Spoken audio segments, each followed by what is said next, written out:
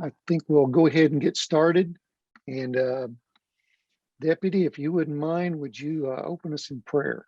Oh, yes, sir. If everybody will bow with me, please. Dear Heavenly Father, Lord, we just thank you for this day, Lord, and we thank you for this time of fellowship, Lord. We just ask that you bring us to center where you lie, Lord, and just help us to remember that all the winding path that we're on, and when we all come together, there is no mistake, Lord. And then that circle where we find ourselves today, Lord, we find your love, your kindness, your joy, your patience. Lord, we ask that you fill our vessels with the fruit of your Spirit, Lord, and give us an extra measure of grace and mercy, Lord, as we go out and to do your work, Lord. Help us to be courageous as we find ourselves in your will. In Jesus' name we pray. Amen. Amen.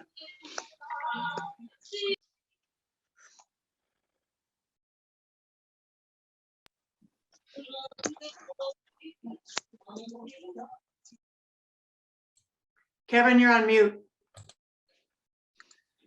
It was great. Sorry, I said CO Delegate Teehee. I apologize for the miscommunication, and glad you could join us. So, and I see Councilor Coates on here as well, CO. And while we're waiting for the chief to join us, Deputy, would you like to address us? Yes, sir. Well, Cco Nagata, and it's hello, everyone. It is great to see the beautiful faces, the beautiful backgrounds, and everything. And I know this time of year is especially busy. It just depends. It's because kinetic energy increases as you increase heat. I had to throw in just a little bit of chemistry or some kind of science there, but and as the heat, the molecules are spinning and moving, and graduations are happening, and people are really trying to tailor that those end of the school year functions that some of us still. I think I still just naturally run on an academic calendar, and but anyway, it's been good. Things have been really busy. I know that obviously we are still our minds and things are still within the pandemic that we've been going through, and we want to still continue to lift up prayer. All of our healthcare providers, our doctors, our nurses, the folks that make these things happen, because we cannot come down from our watchtowers just yet. We have to be diligent and keep looking out there. But as folks are doing their due diligence with the talent that the Creator has given them, those of us here at Cherokee Nation are doing our best to keep up with the activities that people have grown to love, the things that we've all talked about, adding new flavor and new things. But ultimately, we look back to our ancestors and we grasp our Cherokee lifeways, and we start to really look around and what is it that we want to perpetuate. And we know, many of you know, we want to continue to perpetuate our language, because our language really is the central, as chemistry is the central science, and that ties into our public health, which ties into our healthcare systems, our education, our career services, our culture and community outreach, all of those things.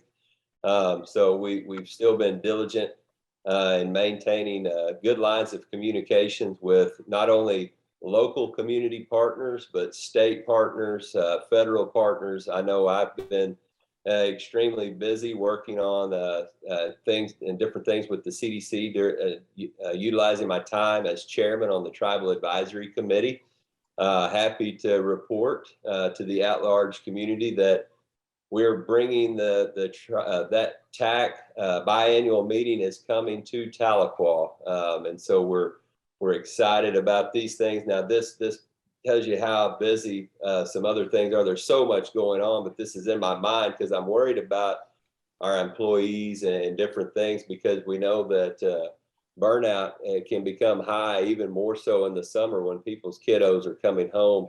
But this is going to happen at the beginning of August. And then we're already planning for this year's Cherokee holiday, which we're so excited about, and having that blended. We're bringing it all back. We want to come back together, but we want to keep some of the blended activities. So the Cherokee holiday will be at the 1st of September. So the 1st of August, we have that. And then not too long ago, Chief was busy on the road he was in California. I stayed back home with the family. We had family activities and different things, but then Chief flew to, as many may know, to New York to visit with the United Nations, and then he flew to DC. During that time, I had the pleasure of sitting on the HRSA attack, where Chief is also the chairman, and we were able to capture the next HRSA attack that's going to be in person. Will come at either late September or early October. So that will be bringing another department secretary. So we've had some really high level visits, and that serves our government to government relationships and upholding those trust responsibilities that were promised to our ancestors. And that's one of the things that we want to perpetuate and help them to remember, that their part of the puzzle is to uphold those federal trust responsibilities, because that holds a lot of opportunity. Some people call that money. I call that opportunity for the least of these. These are the folks that we all represent in our communities as community leaders, as tribal leaders, and so forth. So it's so important that we keep these things going. I know Kevin asked me to visit about some veterans initiatives and some different things. I'm happy to report that our Secretary of Veterans Affairs is happy and healthy, Mr. S. Joe Crittenden, a man who I would love to model and like to model myself. He's a man that leaves the woodpile a little higher than he found it when he comes in. And so he's doing great work. He's always sending us different initiatives. But one of the big things that we did work on that was here in the lower portion in Cco County at the bottom half of the 14 county Cherokee Nation reservation was the Veterans Center that's coming in. It's going to be about 165 bed retirement center. Just about 2 weeks ago, they were starting to do some of their first tours. They're starting to get it in the dry, if you will, if you're familiar with construction. They're getting those components in the dry, and I think it's a proud moment. Today, I was sitting with the state director of rural development for the USDA, and he's a former state senator, Mr. Kenneth Korn, has found himself about 4 weeks old into this position. But we're already petitioning him. We had put in a grant with the local group to try to get a new hospital, which will be paramount for this area and so forth, that will tie right into that VA, and making sure that those, for our veterans, it's the most important thing is to prepare your heart for those individuals that are coming. And secondly, let's make sure that we have the resources here. We have updated, that our staff feels like, hey, that we really care, and we want to be responsible citizens to provide state-of-the-art equipment, facilities, and so forth. Because we, quite frankly, we feel like in the Cherokee Nation Reservation, we have state-of-the-art citizens, and not only there, at the at-large level. I've just been talking with a lot of our universities and trying to really challenge them to think outside the box, because the things that are moving into Oklahoma, the Houston company Canoe, the car company that is opening up in Pryor, this is opening up 2,000 jobs. We want to see this big movement of people moving back into the area, but some of the barriers for that is what type of workforce do we have? So I've been challenging these universities and colleges around to, why don't you offer in-state tuition to out-of-state Cherokees, and let's try to bring these individuals back here. Let's educate them back here. Let's connect them back into we're connected in our culture in so many ways, but there's something about coming here, and there's something even bigger about going back to our homelands in North Carolina. And I know in the upcoming weeks, Chief is taking a trip to the motherland, to the Katua Mounds. I think it's a big time celebration, because this land is officially going into trust, and it's something that we all know is very sacred. One of my, the most fantastic, my favorite stories was times when war was going on and people were coming in to conquer our lands, and they called us that we were weak, and we were a group of people that couldn't, because we stood around those lands, and as they came into that site, we all know it's very sacred. In that area, there was to be no bloodshed, and that was from ancient times and on up. But our people came out of the hills and came out, and we lined the areas. We watched them burn down our council houses, and we wept. And they felt like that we were weak, but how strong of a statement does that to uphold that spiritual groundedness that you'll find there. So I'm always in awe. I've been to the ceremonial grounds one time, and in my next journey back, I want to make sure that I have my wife and my children with me. But things have been moving along really well. I know Delegate Teehee has been extremely busy with government relations. Everybody is trying to get to the onset of how can we, what are we doing? How are we doing it? And how can we do it better?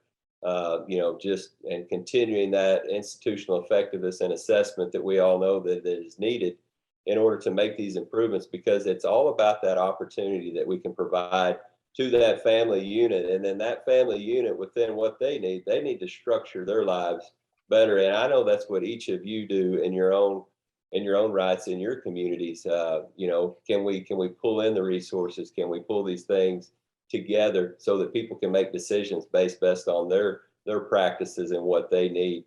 Trying to think anymore, just day to day, I can tell you that our offices, we're extremely busy, but we're extremely excited about getting out. I mentioned as the level of COVID-19 started to go down and hospitalization started to go down, and we looked at our maps and things turned green in the respect to COVID-19, we really turned on the faucet for the community meetings. I know here and the at-large meetings have been going on and during this time. So it's so good. I think it's just the basic sense of being Cherokee and connecting and fellowshipping with one another that we've missed the most. And I've noticed across society as a whole, it seems that we've forgotten how to undergo conflict resolution. But I think as we all start to come back together and really fellowship with one another, I think we all see that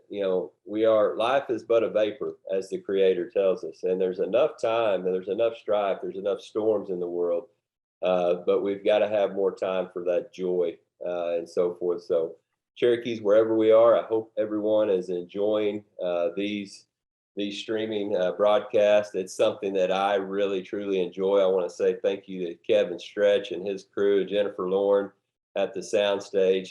They all do a wonderful job, and keep the ideas, keep the things fresh.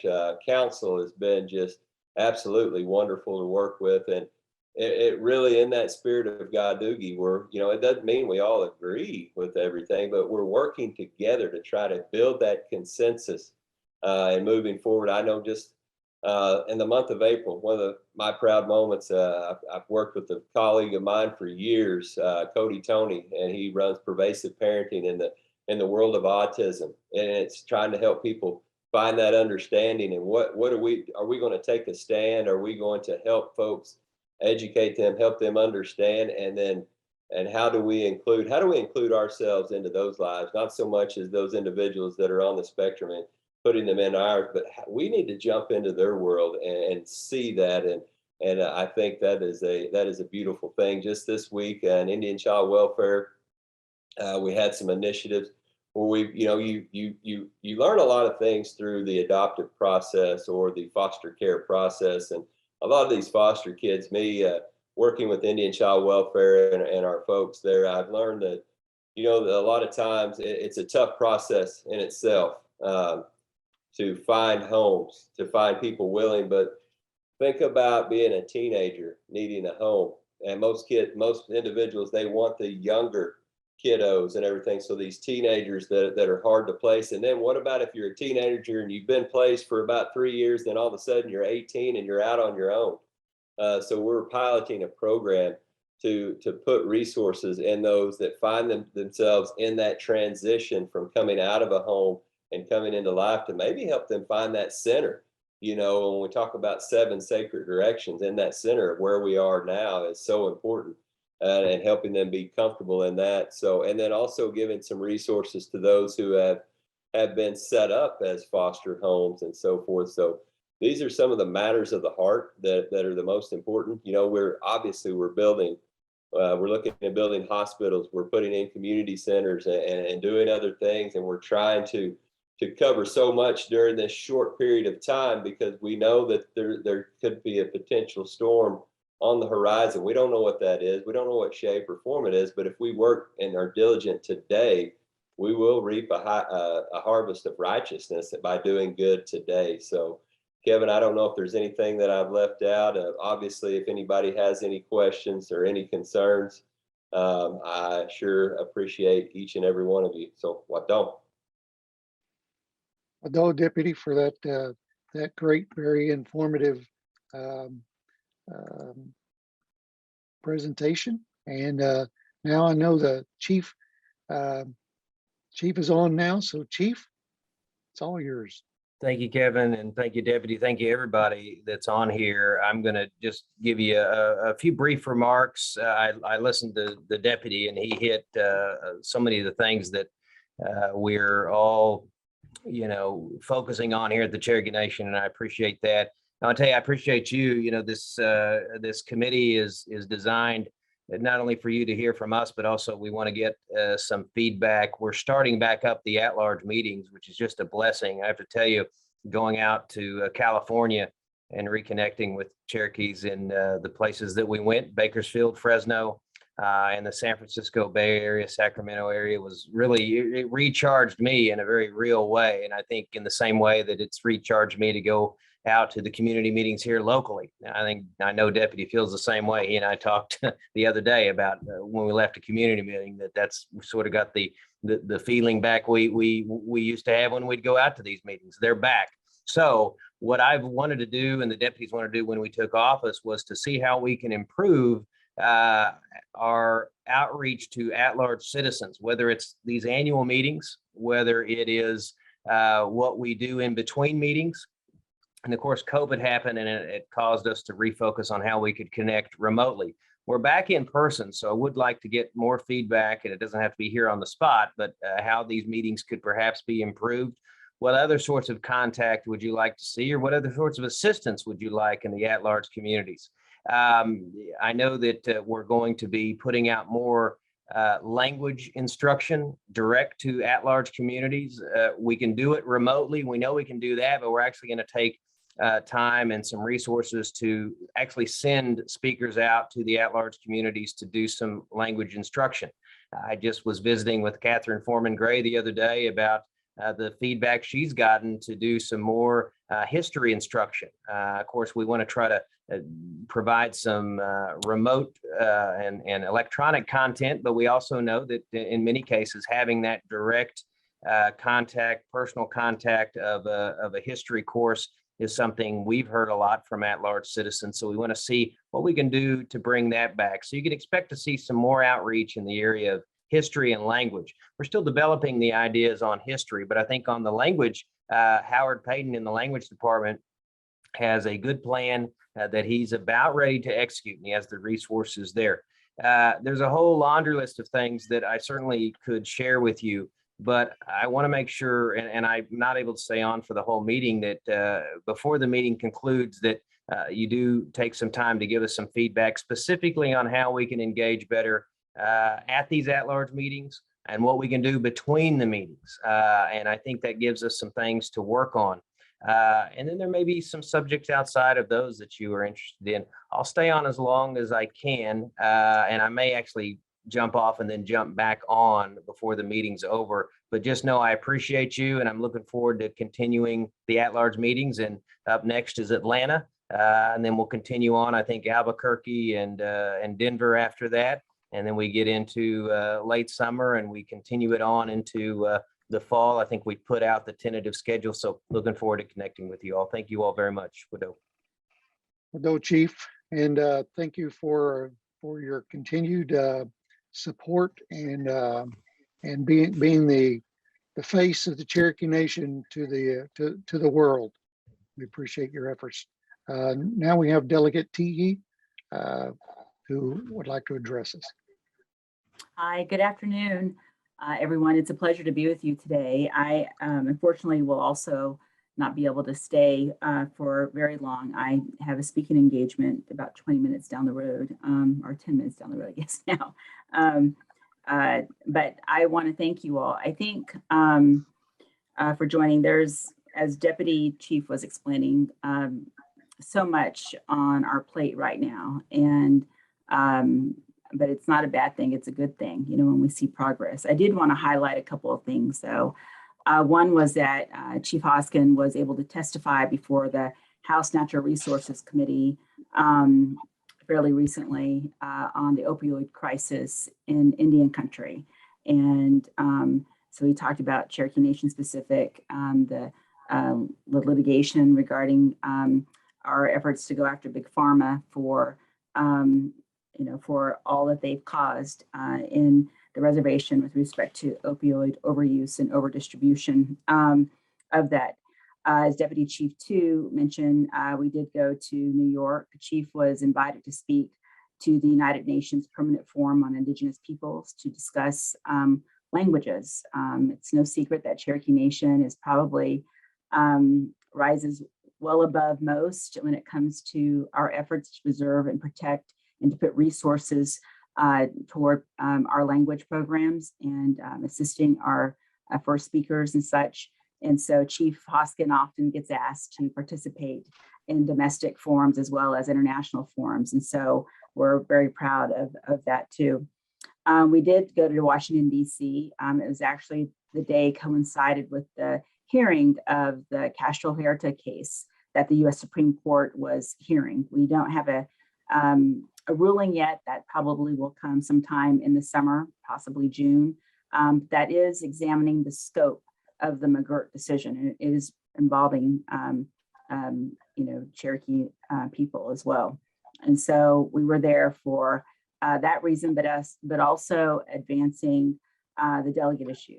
We've had very good meetings, successful meetings with the chairman of the committees that we believe have jurisdiction over the delegate issue. That would be the Rules Committee meeting, the House Administration Committee, and the House Natural Resources Committee. And so we've had meetings and direct engagement with the chairs themselves, and we now have all three of the chairs who support delegate issue. And so we are hoping that we will get a hearing, an oversight hearing on this matter this summer. We are pushing for that. The committees are discussing among themselves which committee should should oversee the process for having a hearing. We don't want to get bogged down in multi-committee jurisdiction issues. And so we're trying to make sure that they all work collaboratively and that they recognize that we appreciate all of their efforts, because at some point this issue will have some stakeholder interest in one of those committees. And so, so we're hoping that we'll get a hearing in either the House Admin or House Rules Committee meeting. Importantly, there is, of those three committees, Congressman Tom Cole from Oklahoma sits on the House Rules Committee. We don't have an Oklahoma delegation member that sits on House Admin Committee or in the House Natural Resources Committee either. So, but that's not a bad thing either. We do have our champions. We do, because of efforts like the meetings that we're having today and our at-large efforts. Our reach goes well beyond Oklahoma borders. And so as a result, we do have a lot of champions. And so we have, I think, identified our champions. We also have a draft that we've sent up for their consideration. And so we're kind of working out those details, but we'll be having follow-up discussions with them actually early next week. And so, so we're plugging along there. So we appreciate your interest there. In addition to that, I did visit, one fun thing that we did is I got to visit with the Palo Alto High School Social Justice Department. This high school is across the Stanford University campus, and in the social justice program, the kids heard the podcast on Cherokee removal and delegate to Congress. And they voluntarily, after hours on their own time, no credit was expected for this, did their own research And then that research led to putting art ideas on advancing a mural design that they want to put outside the building of the social justice building. And, and Chief and I had gotten this proposal. And so we kind of wanted to see the school and visit with the students and such. And so, sorry, that's my reminder, I need to go. And such. And so I tell you what, sitting with those students, the amount of history that they now know on their own about Cherokee Nation, they were talking to me about it. They just wanted to know, how do we pronounce some of the words, Ichota, that they'd heard on podcasts, Katua, they didn't quite know under these words. They said there was a gap of history between the 1500s to the 1700s. And so they really, tried to piece together what the history was. And they developed narratives for this mural that they drafted. And I've had our historian in our comms department go through and vet the backgrounder that they put together, because they're open to reviews. They didn't have one substantive edit. That's impressive to me, that these students on their own, they're juniors in high school, that they did this kind of work on their own. And they were just awestruck. And so we're moving forward with, Chief has approved, moving forward with them doing the mural. And the school is a cohort, so they'll be together for their senior year as well. And so we've got some edits for them. They also want to, in this mural, put the artist's narrative in English and also in the Cherokee language. So they're just excited about this. They said they want to do a TikTok video. They want to do everything in collaboration with us. They said, we know how to make things go viral.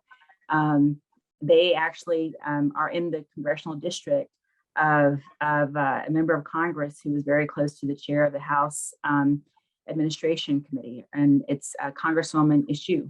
Cynthia, you might know who she is. And so they have a pretty close relationship with that Congresswoman. So I said, well, when the time is right and we're ready to roll this out, I said, I think, we can probably get the chief and probably get their congressional delegation member and get us out there for rolling out. Anyway, it was pretty cool. It's one of the funner things we get to do is to see how communities that are not directly, at Cherokee Nation, these are not Cherokee citizen students, have been inspired by it and really want to see this treaty right honored as well. So I appreciated that.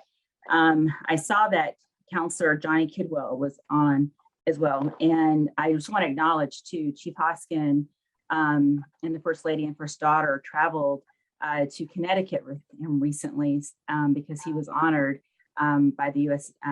Navy for his heroic actions. And so I just want to acknowledge that. Congratulations to you for that. We still continue to look at a lot of funding. There is a lot of appropriations taking place right now. There's been a bipartisan infrastructure package where the funding has now been appropriated, and now it's in the hands of the agencies, and they are very slow at deploying those dollars. One of those areas includes, for example, infrastructure that could help us with our housing.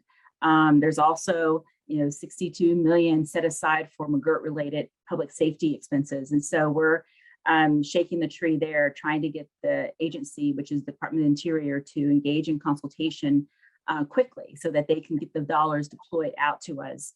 We continue to look after our government contracting portfolio through the National Defense Reauthorization Act, which is an annual authorization that has to occur annually. We're also looking at the elections. Right now we've got about 15, 16 candidates vying for the seat that will be vacated by Congressman Mark Wayne Mullen next January. And 8 of those candidates are natives. They're Native Americans, and 4 of them are Cherokee citizens. And so, and you have 2 Choctaws and a Quapaw who are vying for these seats. It's an open seat, and we will have coming up in June. We'll have the primary races, and then we'll have runoff races in the general. So we'll have to see how that plays out. We also have a counselor of the Cherokee Nation who is running too, and then we have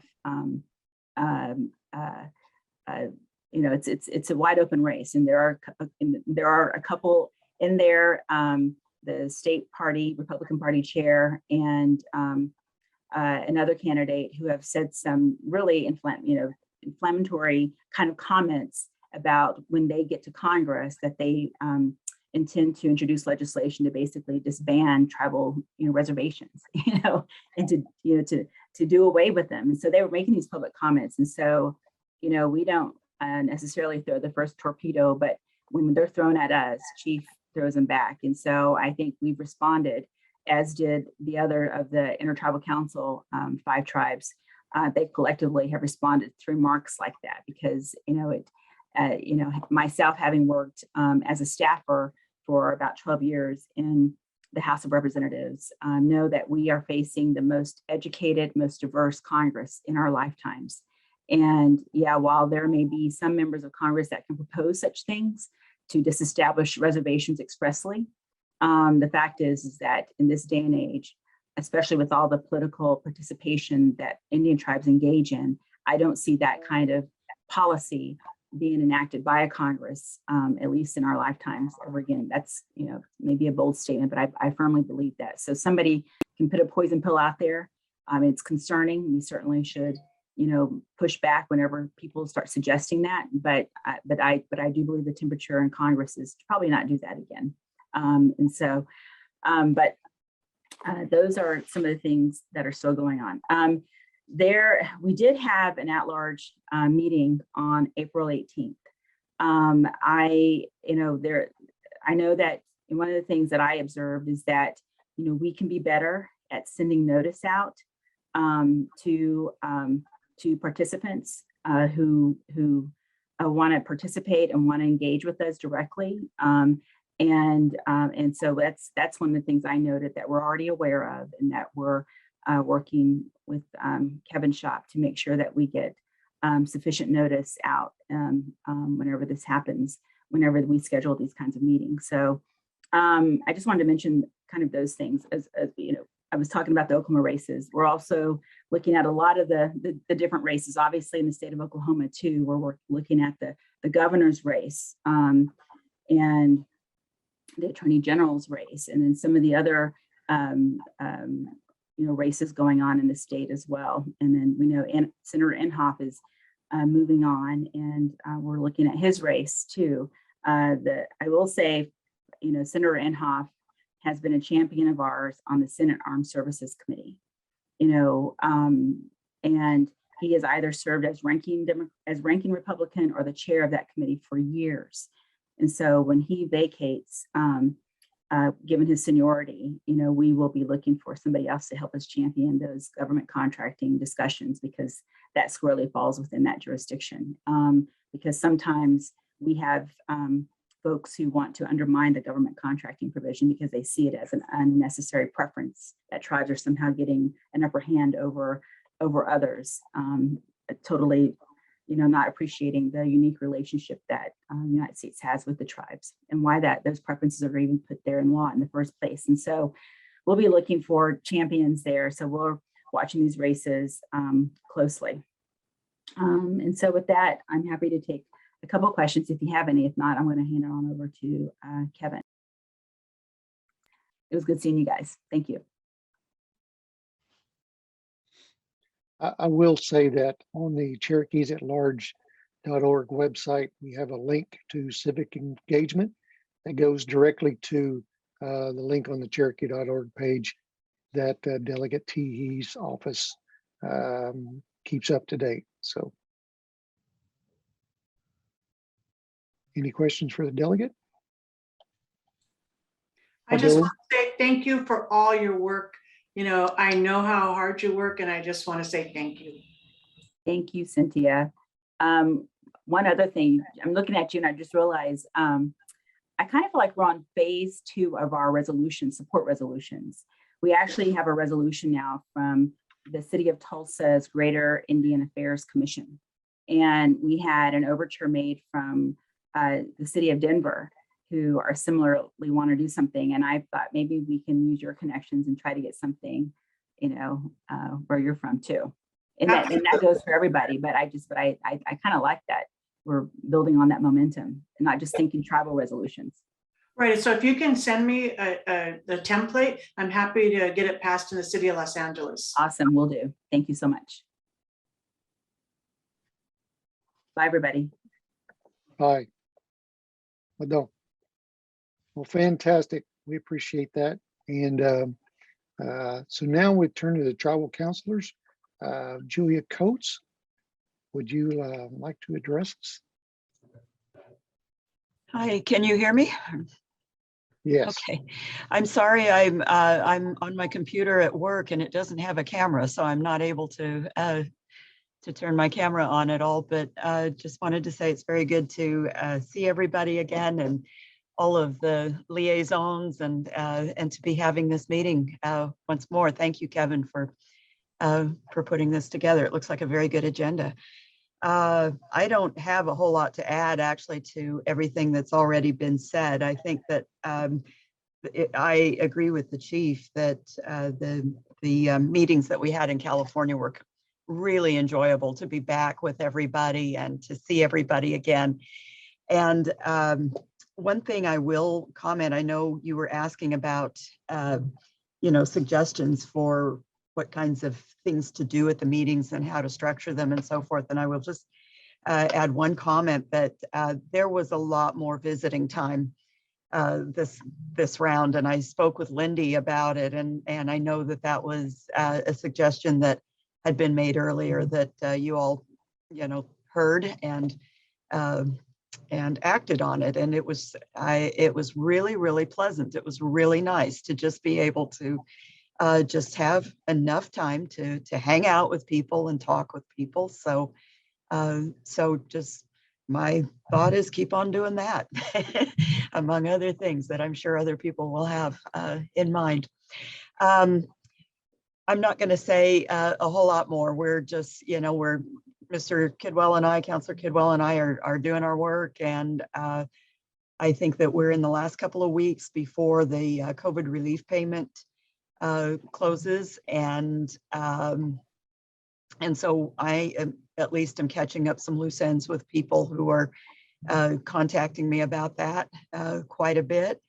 But we are getting ready for a very, very full summer of council meetings, tri-council with the Eastern Band and the UKB, excuse me, and just traveling around again and getting to see people once more. So really looking forward to that. Thank you. Adele. I would ask, can you provide us any more information on the University of California's proposal to provide free tuition to tribal members? Is that? Yeah, I see that question there. I don't have a whole lot of information, and I'm not sure that a whole lot of information has been announced yet, but it is very, very exciting that this is apparently a full ride scholarship offered by the University of California at any UC campus for any Native American student of any federally recognized tribe. One needs to be accepted first, right? But I think that announcement of this will encourage, hopefully, additional applications from American Indian students, because unfortunately, as we know, many people are discouraged by just the high tuition of a system such as the University of California. But it's an amazing opportunity. And I will be putting out announcements, when I know more. But it apparently starts this fall. The application period for this fall is already closed, of course, and acceptances are already sent out. But for the following year, I would certainly encourage American Indian students in California to apply. You do need to be a California resident, so that's the other thing. But we may have an influx of people moving in this year just to establish that residency. It's true. So anyone on this that lives in California, if you have a spare room that you might want to host a college student, they'll have to move in there for like probably 6 months before then. But Bruce has the bat cave that he will live in. Anyway, well done, Julia. Now, Councilor Coates, I'm sorry. Now Counselor Kidwell, I was looking right at Julia's name there. I want to apologize for my late entry here. It was my day to pick up my little guys from the school, and I'm just getting back in here. But I was able to pick up most of well, you saw when I got on right there with Chief, and then on forward. But I will add just a little bit of information about the California university thing, tuition. I'd spoken just about an hour ago to a citizen that lives in California. And I hate to engage in hearsay, but I'll just go ahead and throw it out there. He said that he had talked to the Cal State system as well, and it looks like they are going to follow suit, not next year, but likely within the next 3 years, follow the same suit as the Cal system is following. So, boy, that's to get both the state system and the Cal University system moving in that direction. That's just, it's amazing. If you think about how much money and the logistical tail of that whole thing to put that together and make it work is just truly is unbelievable. And if the Cal State system hops on board, that's just going to be even that much better. But again, that is hearsay. He had talked to one of the regents there at the Cal State system, and that's what they're saying. So I hope that it goes through that. Like Councilwoman Coates, I don't have a whole lot to add. I will reiterate her comments though about the meetings that we had there in California.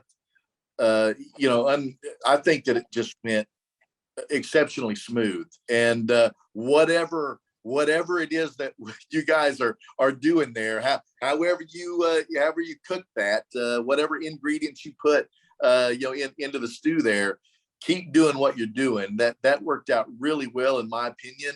And I talked to obviously many people while we were there, just like you did, and they all said the same thing. It was a great response from those who attended. The one thing that I do want to bring up while we have everybody here, scholarships.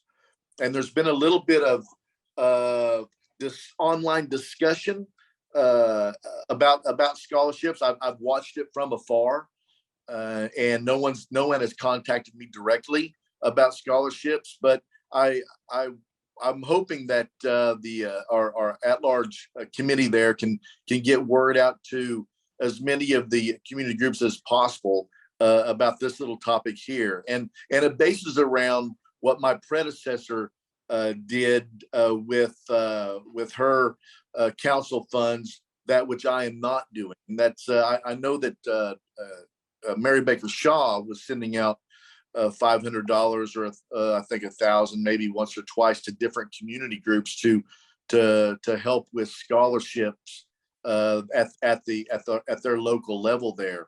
I think that was a good idea for what she wanted to do and how she wanted to accomplish it. But I am not moving in that direction.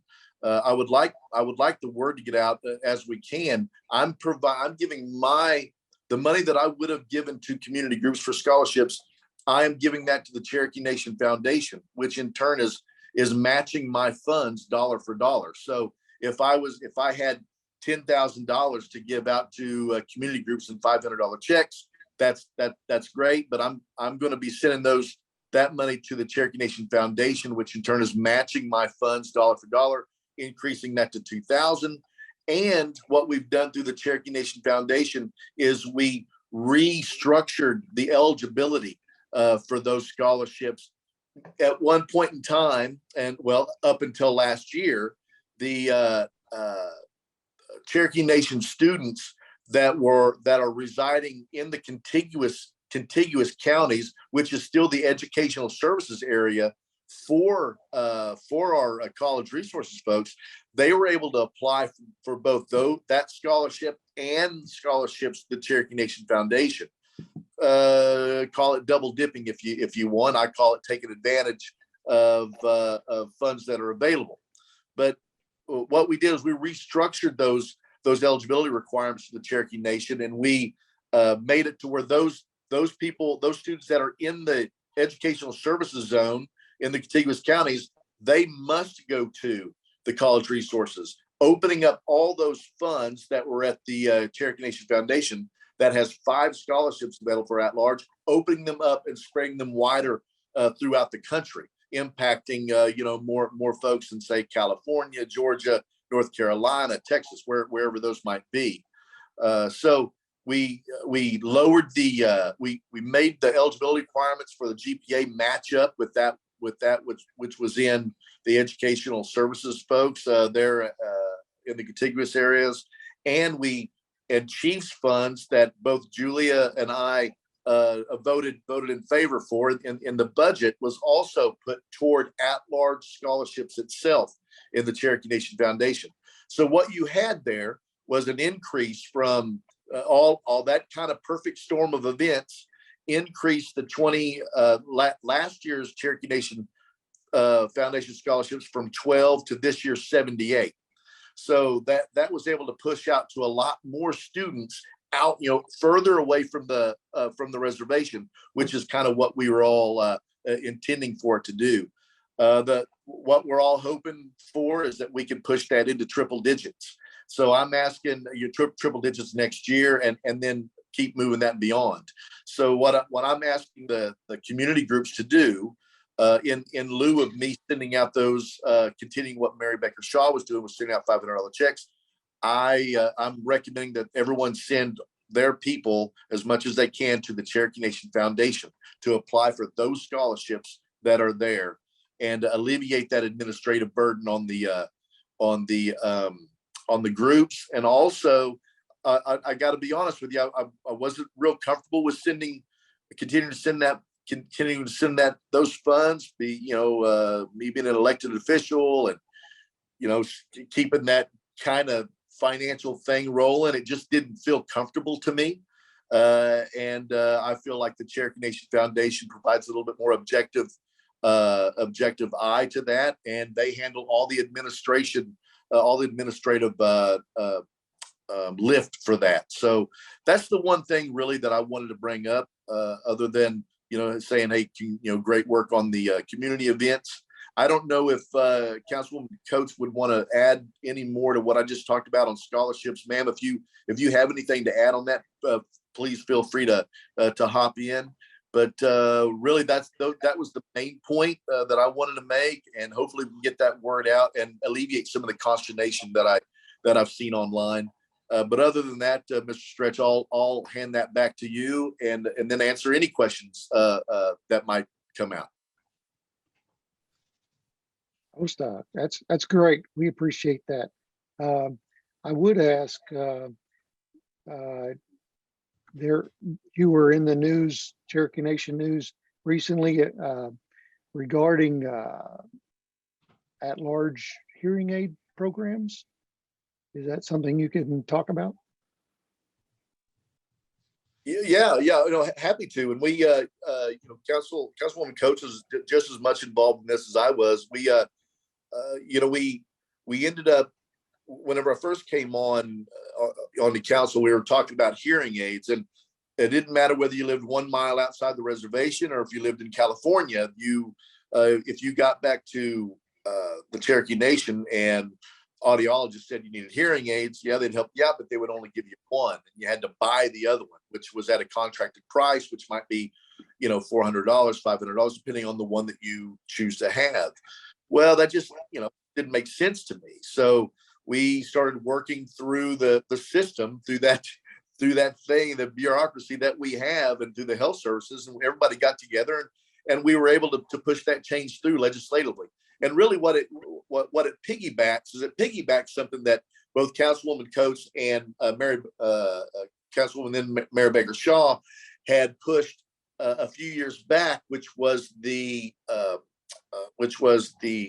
pharmacy, mail order pharmacy thing, where we had some of that paid out of CNB funds, to be able to, hey, if you can get back to the Cherokee Nation to be seen, whether it be for medical, to receive prescription drugs, or for hearing aids at the audiology department, the Cherokee Nation will then send you your hearing aids, and they'll actually send you both of them. They're not going to make you pay for the other one, which we all agree was a pretty good thing.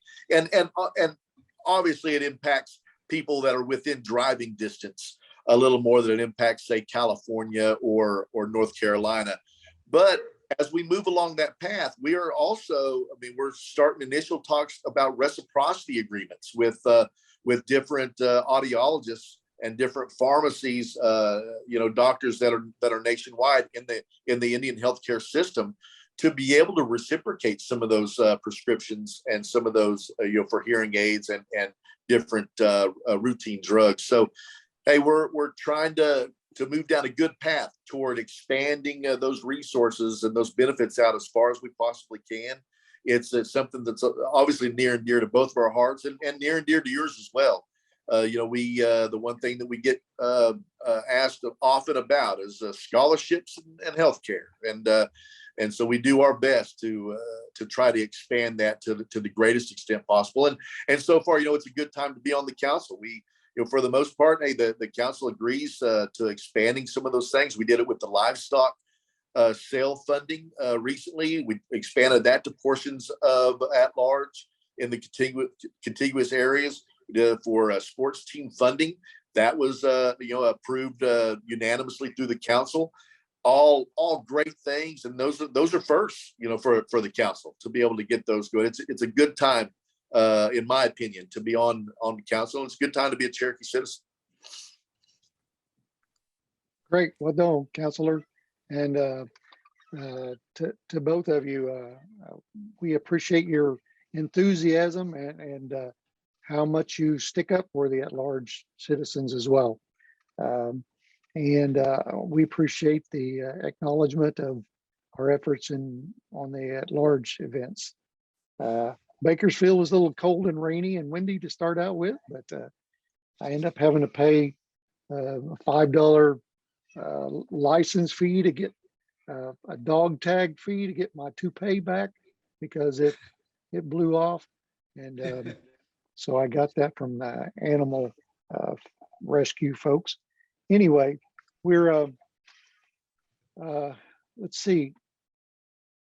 So now is when we'll start our official. Are there any questions, by the way, at this point? Kevin, if I may, real quick. Okay. It's not a question, but I did want to just reach out and thank Counselor Kidwell for his work on the scholarships, and also he was much more gracious in his introduction when he was talking about the stuff going on Facebook. Some things was really nasty, and he handled it pretty well.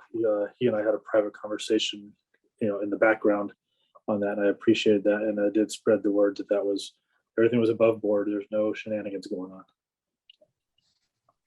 Great. So now we'll start the official part of our meeting. I now realize that I did not send the minutes of the last meeting out to you, so I will send those out afterward, and you guys can reply back if you approve, if you have changes. So I apologize for that. I would like to say that on the resuming the at-large travel, the one thing to keep in mind is that we recently had to stop Abraham Bearfall from attending a meeting in Little Rock because they're now in the yellow zone on the CDC website. And so that when we set up these at-large meetings, the chief made it clear that we needed to follow CDC guidelines, and it needed to be 2 weeks, consecutive weeks in the green zone before we head out anywhere. And so since California was the first meeting, we didn't want to send a notification more than 2 weeks out in case we had to suddenly turn around and change it, right, or cancel it. And so that's kind of why we waited till the last minute on those notifications. We have already sent those. Maybe Patsy can confirm, but we've already sent those mail notifications out to Georgia. In fact, I've received a phone call question from a citizen in Tennessee that received it and had a question. So, Patsy, did you? Far, Kevin, I've only seen it on Facebook. But Okay. it may be here. It may come soon. Okay, all right. We have sent them out. So also, I would refer you again to the CherokeesAtlarge.org website, and you should see a pop-up up there that has that. There was a question from an at-large citizen via Patsy that wanted to have a calendar of events on our website, and so we will make sure and get the entire schedule, knowing that we're keeping close watch on the COVID pandemic numbers, and so those are subject to change. So just be aware of that. What else for your responsiveness to that, Kevin? These meetings are going to be outdoors. By the way, registration was under this tremendous workload, still are, because after the announcement of the $2,000 per Cherokee citizen went out last year from the CARES Act money, they received, I think, 200,000 applications, new applications for citizenship. So, when you start out with 400,000 Cherokees and you end up with 200,000 new applications, so it's taking them more than a couple of weeks to process those. And in fact, not June 1st, but May the 31st is the deadline to apply for Cherokee citizenship in order for you to then have a year to apply for the $2,000 funds, right? So if you have not applied before June the 1st of this year, then you will not be eligible for the $2,000. And to clarify, that $2,000, once you get your citizenship number and your citizenship verification, you'll have to go back on the Doogie portal and apply for those $2,000 funds. And it will take up to a year for you to receive those funds, or at least a year has been set aside for that. Usually it will only take, a month or so, I believe, after you've applied for those dollars. Okay. So I just wanted to clarify that. So the events are going to be outdoors. Registration didn't go to the first event because they have been swamped. And I'm happy to announce that a small group of registration folks will be at the Atlanta meeting. And so we're excited by that. And so they'll be able to, you can still come to that meeting and apply for a citizenship card or get your photo ID. But since it's going to be after June the 1st, you won't be able to apply at that point and expect to get the $2,000. So, okay. Kevin, there's a Will be- question in chat. I'm sorry. Is it by postmark date on the CN registration? Is the question. I do not know the answer to that, but I will look up that answer. I will ask someone that, and I will try to post it. Okay. Whatever. So Kevin, I do have a question. I know you're not coming to Los Angeles for a while, but do people that participate, even though it's an outdoor event, is there any requirement to be vaccinated? No, we have no requirement for that. Thank you. Yeah, our only requirement is you bring your own chair.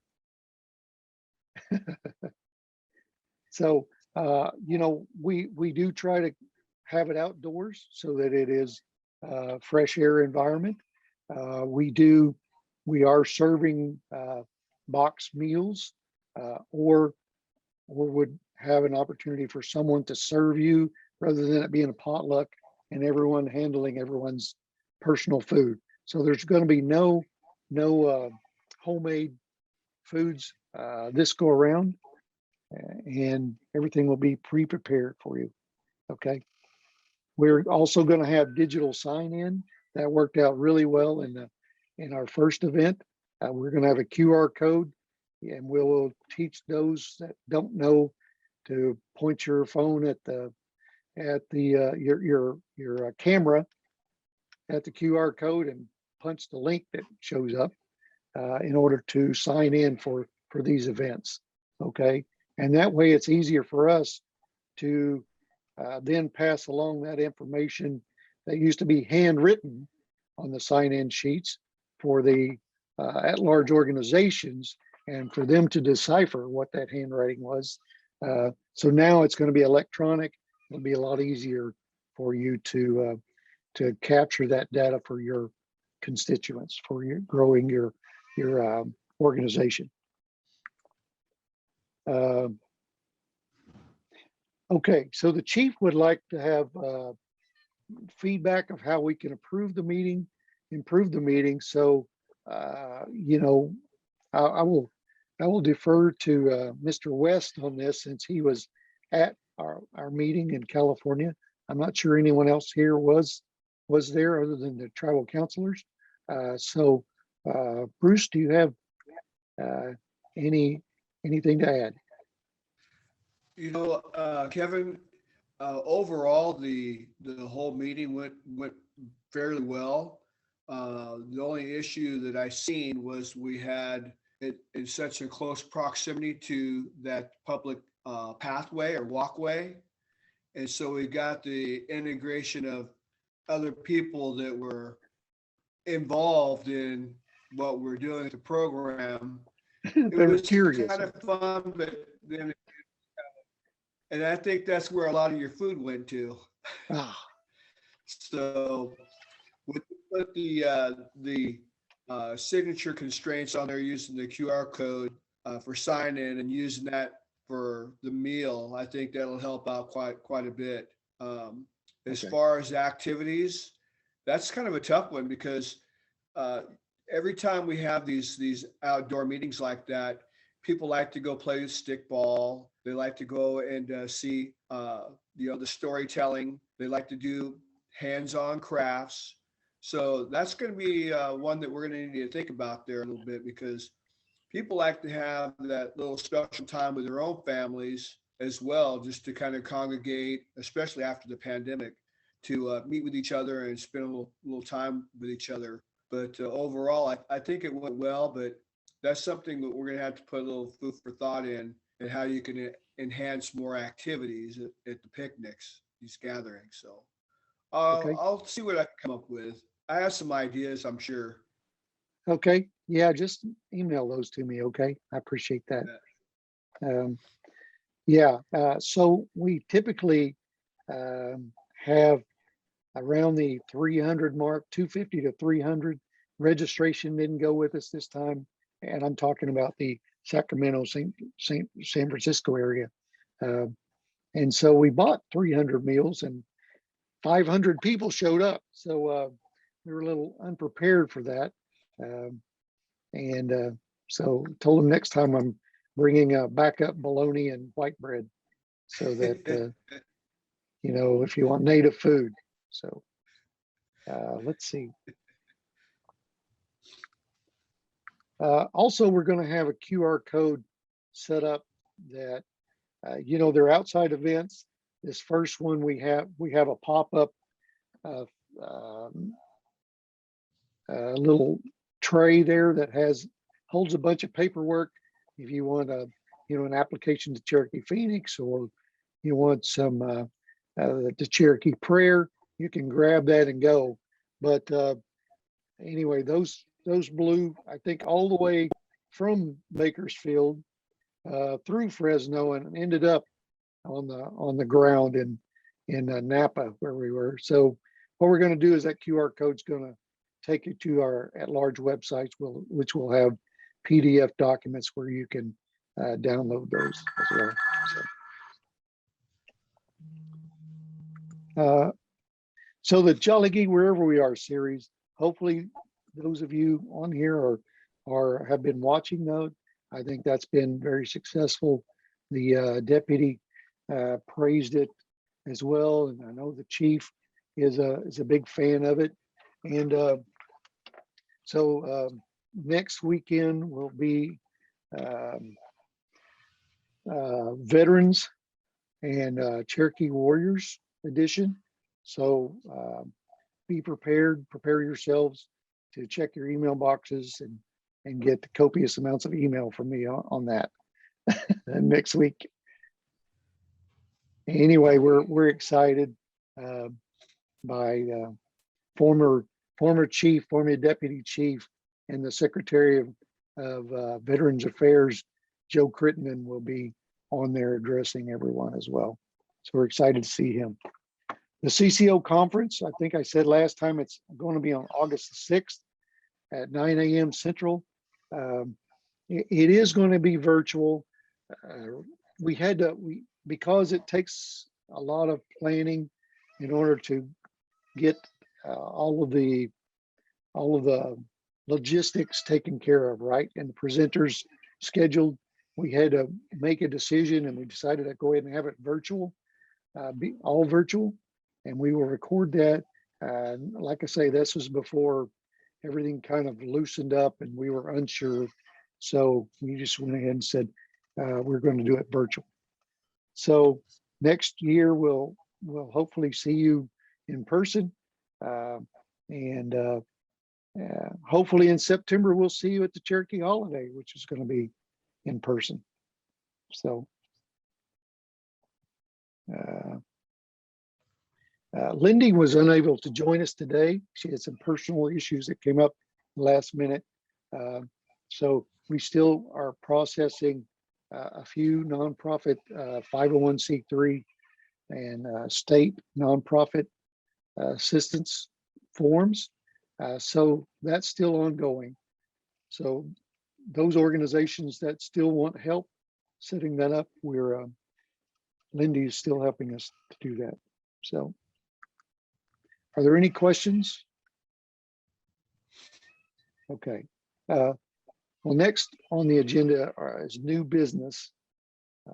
So does anyone have new business? I think I answered one question regarding the website. Okay, the calendar. Sorry, on the website. So does anyone else have any new business? So I had a thought as Deputy Chief was talking, a topic for your webinars that you do. I think conflict resolution might be a good topic. I think what you've done so far has been amazing, but I think sometimes not everybody in the at-large community is used to resolving conflict, and there's inevitably going to be conflict. So I think that might be a good topic. I don't. I'll put that down. Anyway, else, Patsy, when Patsy receives, when she gets a thought or she receives a question, she sends it right to me. And so sometimes she has to remind me that I haven't responded to her, so I apologize. You're welcome. Anyway, so no new business? Well, with that, I think we will, can I get a motion to adjourn? So move. Okay, Second. great. Well, we appreciate it, everyone. Thanks for joining us. And I guess I didn't bring up the fact that we need to set a date for the next one. It's going to be sometime in August. We will work with the chief's calendar in order to figure a good date so that he can join us. So it'll be a Tuesday at 2 p.m. Central in August. Okay. And I will send Sounds an good. email out regarding that. Okay. Sounds good. Thank you. Yep. Go to Dogo, huh?